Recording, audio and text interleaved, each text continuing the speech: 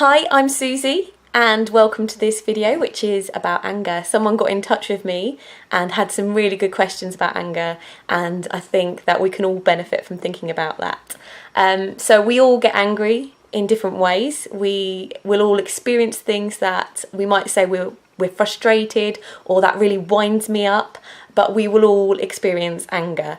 And one of the things I have done with my youth group is a little exercise where I take a can of drink and they have to talk for a minute about what winds them up whilst shaking the can. And it is funny to watch them as they kind of go off on one, maybe about their little brother or about something their parents have done or something at school or whatever, and they get wound up talking about it. In the same way, in a more positive way, we might start talking about injustice and poverty in the world and how that winds us up, or maybe some people start talking about politics and they get wound up. And anger can build up like in this can, and if I keep shaking this can and then I open it, it's going to explode. And so we need to think about anger and how we're going to deal with it in a positive way so that we don't end up exploding.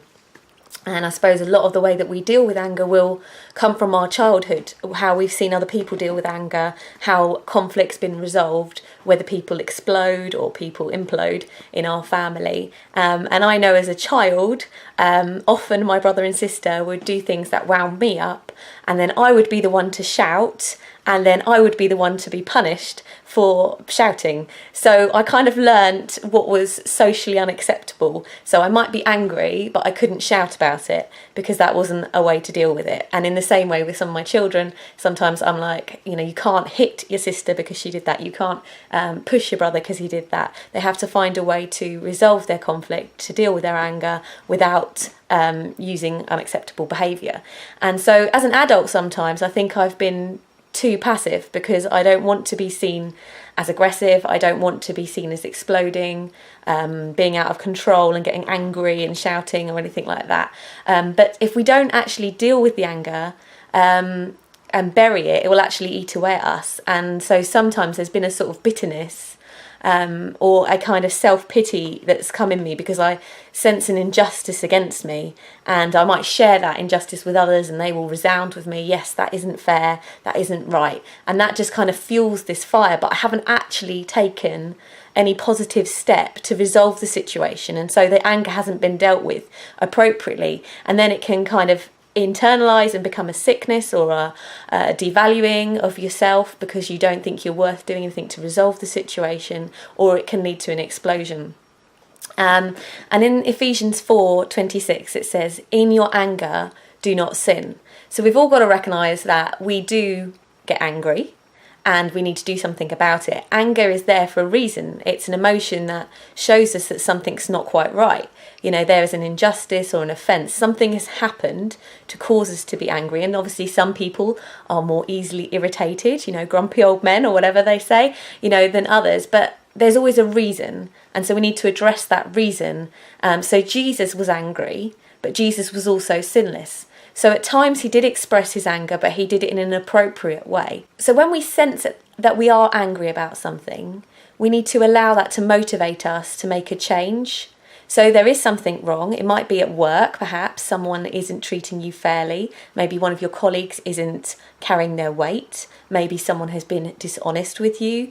Maybe you've got a friend who seems to be taking advantage of you, or some other situation where it's clear there's an injustice going on. So you're starting to feel a resentment, a frustration or an anger. So then you need to allow that feeling to motivate you to make a positive change. So can you address that injustice or that offence in a positive way to bring about change? So it's about learning to be assertive rather than aggressive so that we can bring the problem to someone to explain our feelings, to explain the situation and to find a resolution together to move forward.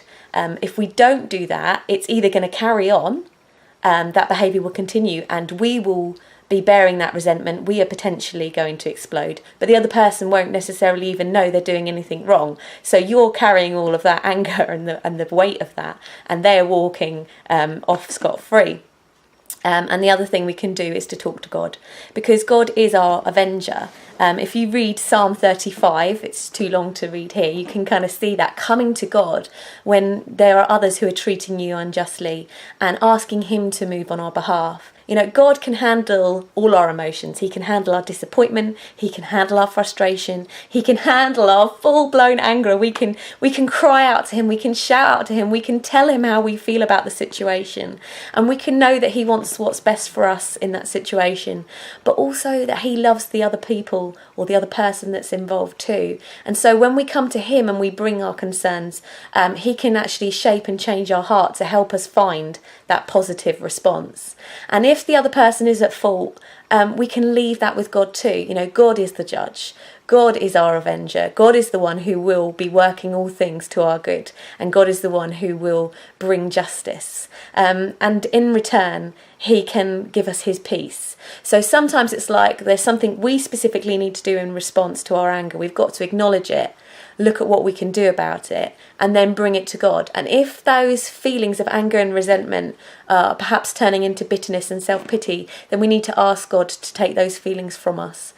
Just as he calmed the storm, telling the wind and the waves to calm down, he can calm our emotions too. So we can bring that kind of anger and frustration to him and know that he can deal with it.